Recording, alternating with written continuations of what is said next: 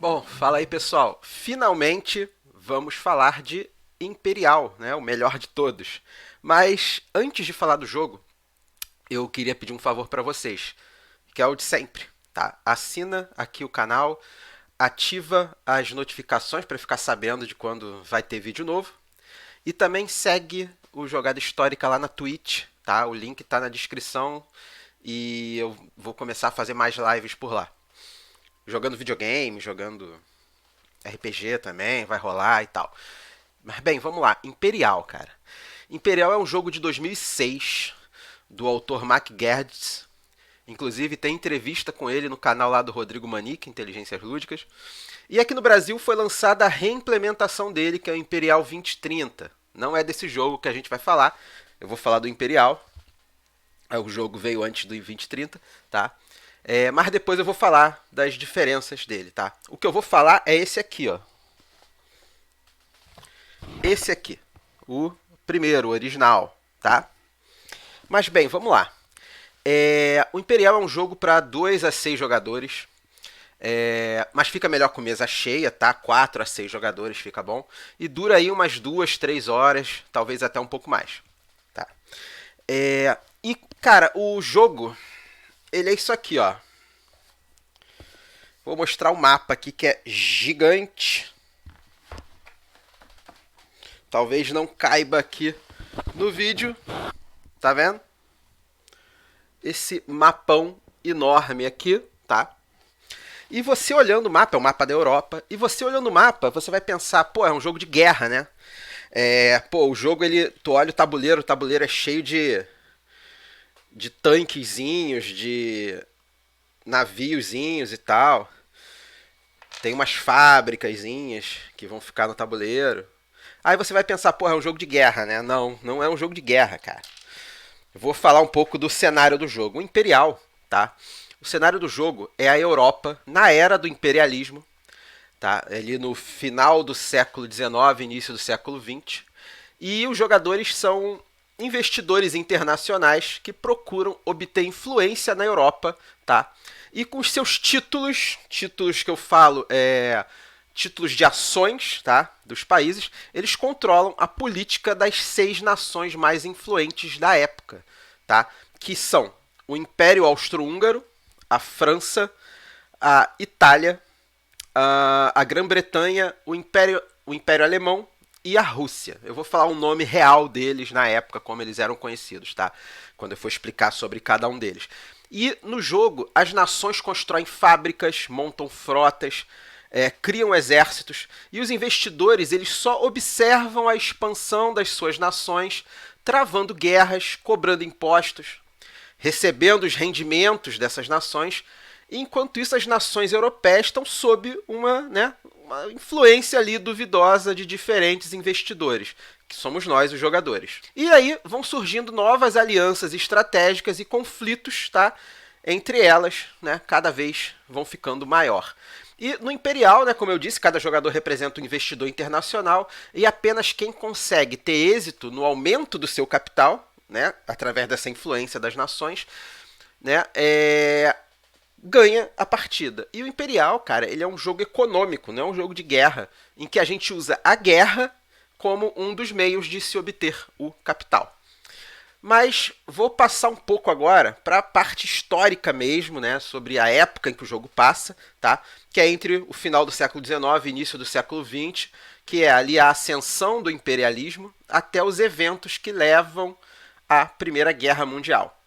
Tanto, né, tanto o cenário pré-Primeira Guerra Mundial que as nações presentes no jogo elas representam as 6 nações do início do século XX que dividiram a Europa em blocos com fins diplomáticos e foram justamente esses blocos que foram os precursores da Primeira Guerra, que foi a Tríplice Aliança e a Tríplice Entente. Vou falar qual foi cada uma. Então, a Tríplice Aliança, assim, a Tríplice Aliança e a Tríplice Entente, cada uma são uniões de países, né, através de acordos econômicos e tal, cada uma formada por 3 nações, que são justamente essas 3 nações, essas 6 nações, né, cada uma com uma aliança, que formam as 6 nações do jogo. Então vamos lá, a Tríplice Aliança ela foi um acordo econômico, político e militar que surgiu em 1882 entre o Império Alemão, o Império Austro-Húngaro e o Reino da Itália. Então, como que surgiu isso, tá? Com a unificação da Alemanha em 1871, porque até 1871 a Alemanha eram vários territórios diferentes, tá? A Alemanha começa a se destacar e passa a concorrer politicamente com as grandes nações expansionistas da Europa, né, que acabam se tornando rivais da própria Alemanha. As principais são a Inglaterra, foram a Inglaterra e a França, que assim, com a ascensão da Alemanha, começaram a perder bastante força, né? Começaram a perder força assim com a unificação da Alemanha. A França, né, com a unificação, a França, além de ter que pagar uma indenização à Alemanha, porque a Alemanha consegue alguns territórios de volta, né, que pertenciam à França, a Alemanha consegue conquistar de volta, a Alemanha teve que ceder, a França teve que ceder para a Alemanha um território da região da Alsácia-Lorena. Essa região deu uma briga nessa época, vai dar uma briga durante a Primeira Guerra Mundial, vai dar uma briga pré-Segunda Guerra Mundial e vai dar briga durante a Segunda Guerra Mundial. Então essa região ela é muito disputada. Por quê? Ela fica na fronteira entre a França e a Alemanha. Hoje pertence à França. Por que ela dava problema? Por que ela é uma região muito disputada? Porque ela é rica em carvão e minério, que na época era o essencial para você fabricar o que? Armas, tá? E a Alemanha sempre teve de olho nessa região. Então, assim, com esses fins diplomáticos, é criada a Tríplice Aliança, tá? Já a Tríplice Entente, ela surge em 1907 a fim de contestar a Tríplice Aliança, tá? A Tríplice Entente surge em 1907 a fim de contestar a Tríplice Aliança e ela é formada pela Grã-Bretanha, né? Ou seja, Inglaterra e Irlanda, né? O Império Russo e a República Francesa. A Alemanha ela estava se tornando a maior potência industrial da Europa e isso era visto como uma ameaça a vários países. E junto com a Áustria e a Itália, ela havia formado a aliança, né, a Tríplice Aliança, que a gente já falou. E durante a formação da Tríplice Entente, houve outros grupos, tá? Que foi a Entente Anglo-Russa, que foi em 1907, entre a Inglaterra e a Rússia. Houve a Aliança Franco-Russa, entre a França e a Rússia, que foi em 1891. E houve também a Entente Cordiale, que foi entre a França e a Inglaterra. Ou seja, tinha ali um triângulo de alianças, né? Então, a Inglaterra tinha aliança com a Rússia, tá? A Rússia tinha aliança com a França e a França tinha aliança com a Inglaterra. Então, fazia ali um triângulo, tá? Isso, e a aliança entre a França e a Inglaterra foi em 1904. Isso foi, antes da formação da Tríplice Entente, houve uma pressão, né, para a Rússia aderir a essas alianças. E a Rússia foi ameaçada a perder os apoios feitos ao Estado, caso os russos negassem se aliar aos ingleses e aos franceses. E esse interesse se dava ao fato da Rússia possuir locais estratégicos geograficamente. Então, a França e a Inglaterra queriam muito que a Rússia se aliasse a eles, tá? Mas bem, se deixar, eu vou falando desse assunto, tá? E o assunto vai sair do tema do jogo. Então, essa é meio que a situação da Europa ali no final do século XIX e início do século XX. Né? Essas são as 6 nações ali. Então você tem essa Tríplice Entente, né?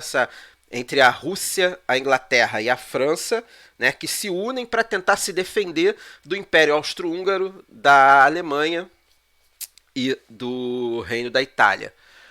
Por que eles queriam se defender, tá? Porque havia ali na Tríplice Aliança um acordo que, caso um país fosse ameaçado, um país da Tríplice Aliança fosse ameaçado, todos os outros deveriam defender e intervir.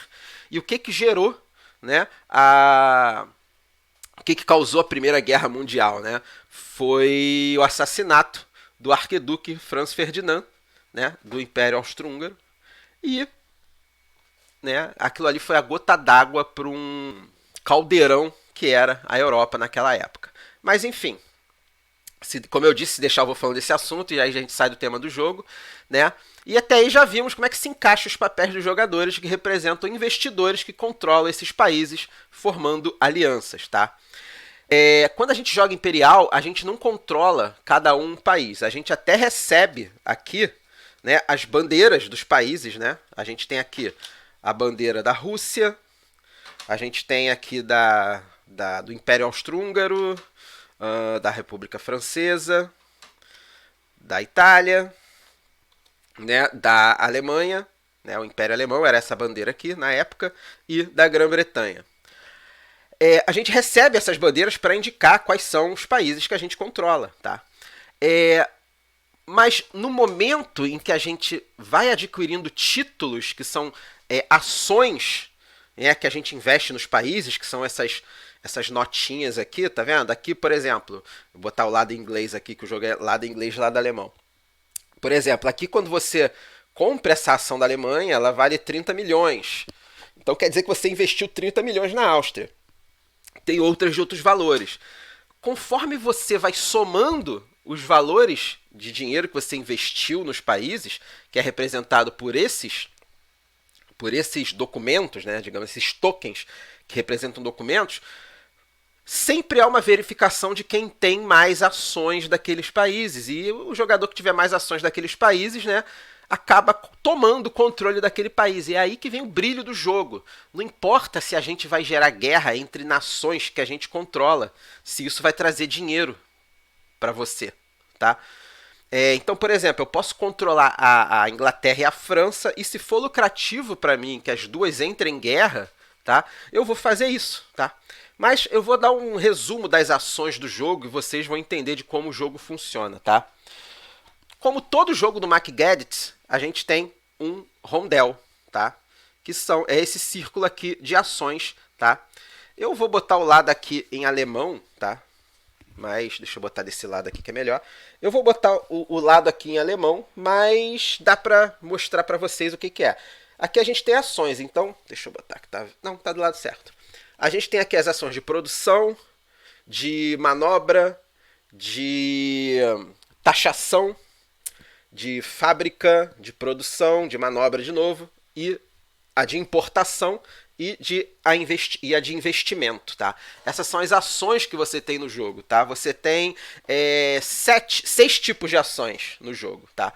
Inclusive, é curioso, você tem 6 ações disponíveis para fazer no jogo, e eu assistindo o vídeo, a entrevista que o Rodrigo Manique fez com o McGadget, com o autor do jogo, ele mostrou o protótipo do jogo, e o rondel inicialmente tinha 16 ações, hoje são só 6, então... né, mudou bastante coisa, né? Mas vamos lá, vou explicar cada uma delas para você entender, tá? No jogo a gente controla, cada jogador controla uma região. Vou mostrar de novo o mapa aqui para vocês.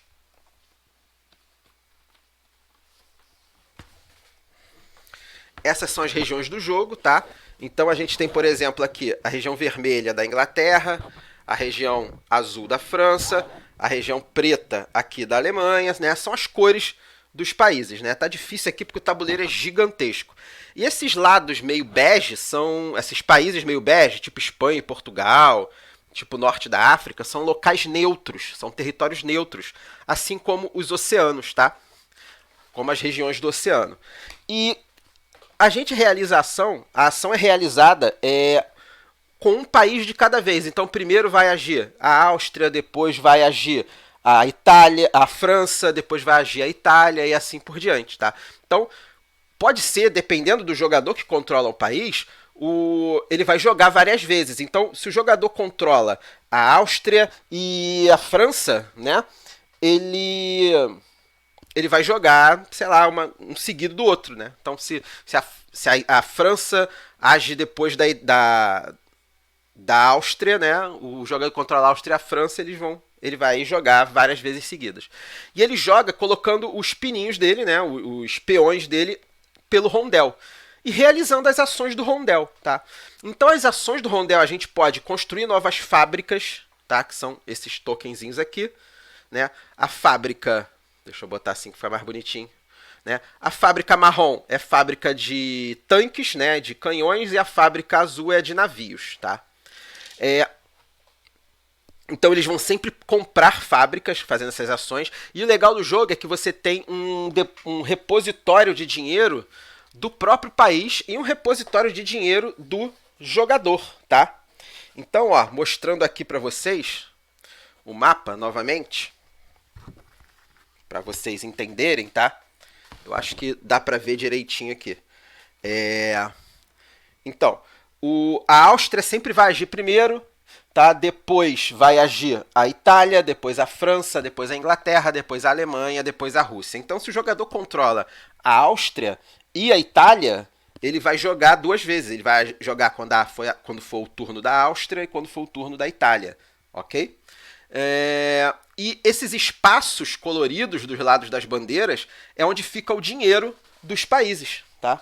Então, muitas ações você usa o dinheiro que você investe no país, tá? Então, a ação de fábrica, você vai pagar, sei lá, 5 milhões para construir uma fábrica e esse dinheiro vai vir do dinheiro da nação para o banco, né? Por exemplo, você tem a ação de produção, onde todas as suas fábricas vão produzir exatamente, né, uma unidade militar, né? As suas fábricas terrestres vão construir um canhão e as fábricas marítimas vão construir um barquinho no porto. Você tem a ação de importação, que você constrói essas unidades militares pagando dinheiro, né, sem precisar ter fábrica. Você tem a fase de manobra, que é onde os seus, né, as suas pecinhas caminham, né, e aí que rola os combates. Eu vou explicar o combate, como é que é muito interessante. E você tem as duas ações principais do jogo, que é a ação de investidor e a ação de taxação.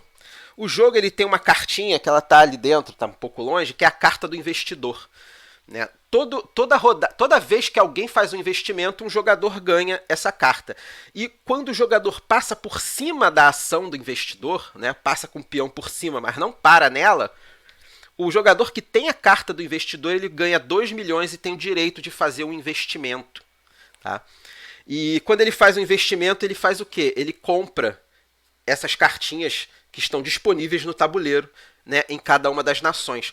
Quando ele faz isso, ele tem a oportunidade de devolver uma dessas e pagar a diferença para pegar uma maior, ou pegar uma nova, né? Então ele vai aumentando a quantidade de dinheiro que ele investiu no país, né, e ganhando a oportunidade de controlar aquele país. Se no final da fase do investidor, aquele jogador for o jogador que mais tem ações daquele país, ações que eu falo, ações financeiras daquele país, ele pega o país para ele, tá? Então quando eu falo, né, o imperial, você não pode se apegar a um país. Você está ali construindo um exército ali para a Alemanha ou para a Itália, mas de repente algum jogador compra mais ações da Itália do que você e você perde aquilo tudo para outro jogador. Então, não é algo que você pode fazer, né, se apegar ao país que você está jogando. E uma outra ação legal, a ação de investidor, como eu falei, ela é assim, né, quando você passa por cima, né, o jogador que tem a carta do investidor, ele tem direito a fazer um investimento e a carta passa para outro jogador, para ele poder ter essa chance quando alguém passar por cima. Mas a ação do investidor, o espaço, tem outra função também. Quando alguém para ali em cima, todos os jogadores que possuem ações daquele país recebem os dividendos, que são esses numerozinhos menores aqui, tá? Então, por exemplo, essa é a ação mais valiosa, tá? De cada país, a ação mais valiosa é a número 9. Por exemplo, o jogador tem essa ação aqui da Alemanha, quando o peão da Alemanha para ali em cima do espaço da taxação, do investimento, do investidor, todo mundo que tem ações da Alemanha vai ganhar esse valor daqui embaixo. Então o jogador que tem essa aqui de 30 milhões vai ganhar 9 milhões. Tá? É uma outra forma de você receber de volta o dinheiro, parte do dinheiro que você investiu naquele país. Então, como eu falei, é um jogo completamente econômico. E por último, a gente tem a ação da taxação, tá? Que é uma ação extremamente importante no jogo. Como que funciona? Quando o jogador para ali você tem um peão para cada cor do país.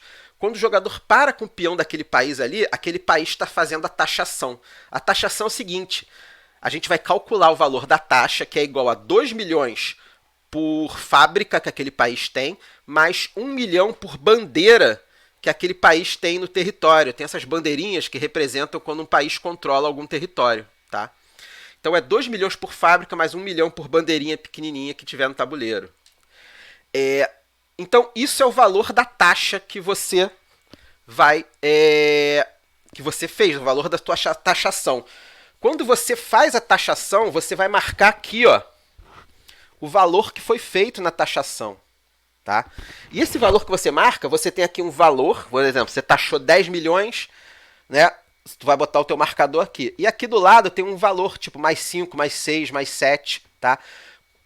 Quando você faz essa taxação aqui, você anda esse valor nesse track aqui de baixo. Opa, foi mal. Nesse track aqui de baixo, tá? Esse track aqui de baixo vai até o número 25. Quando um jogador chega ao 25, o jogo termina imediatamente.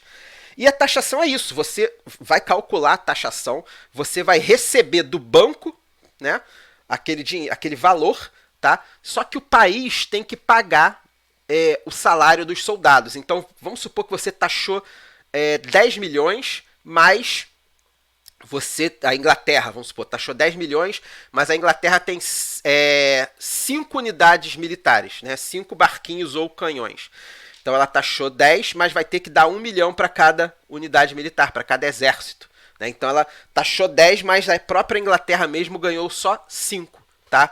Então a taxa é isso, você calcula a taxa, tá? E ela é marcada naquela tabelinha ali que eu mandei, né? Então a posição é aumentada ou diminuída e você adiciona os poderes, né? O modificador lá embaixo. E você ganha, né? Você coleta, né? Do banco para a nação, tá? A taxa menos o pagamento dos soldados, que é 1 milhão para cada um. E daí as nações vão ganhando dinheiro, os jogadores vão ganhando dinheiro, tá?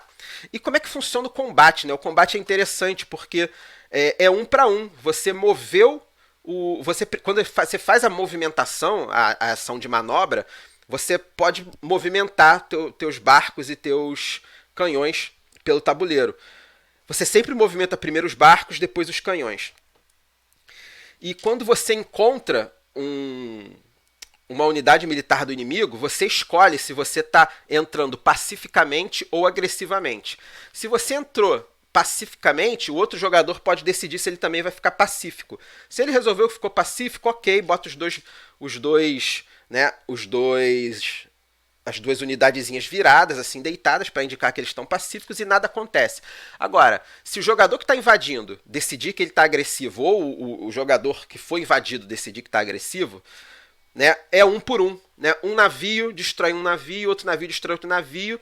Quem sobrar, controla aquele território. Se não sobrou ninguém e já tinha uma bandeira ali, a bandeira fica lá naquele território. E se não tinha bandeira nenhuma, né, o território fica sem bandeira nenhuma. Porém, se ficar uma bandeira lá sem nenhuma unidade militar, o próximo jogador que entrar ali, né, já substitui a bandeira dali pela bandeira dele.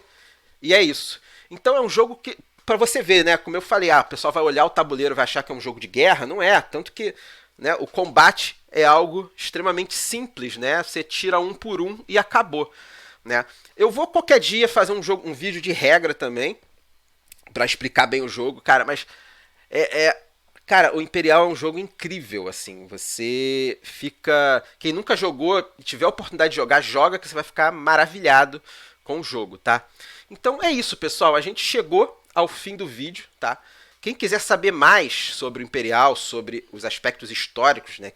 Por exemplo, quem controlava cada país na época, quem era o governante daquele país, né, nessa época, essa semana eu vou escrever, na semana que esse vídeo vai ser publicado, eu vou escrever sobre cada nação do jogo no canal de texto do Jogada Histórica lá na Ludopedia, tá? Então, pessoal, é isso. Não esquece de assinar o canal, as notificações, seguir a gente também lá na Twitch. E é isso, pessoal. Valeu e um abraço aí.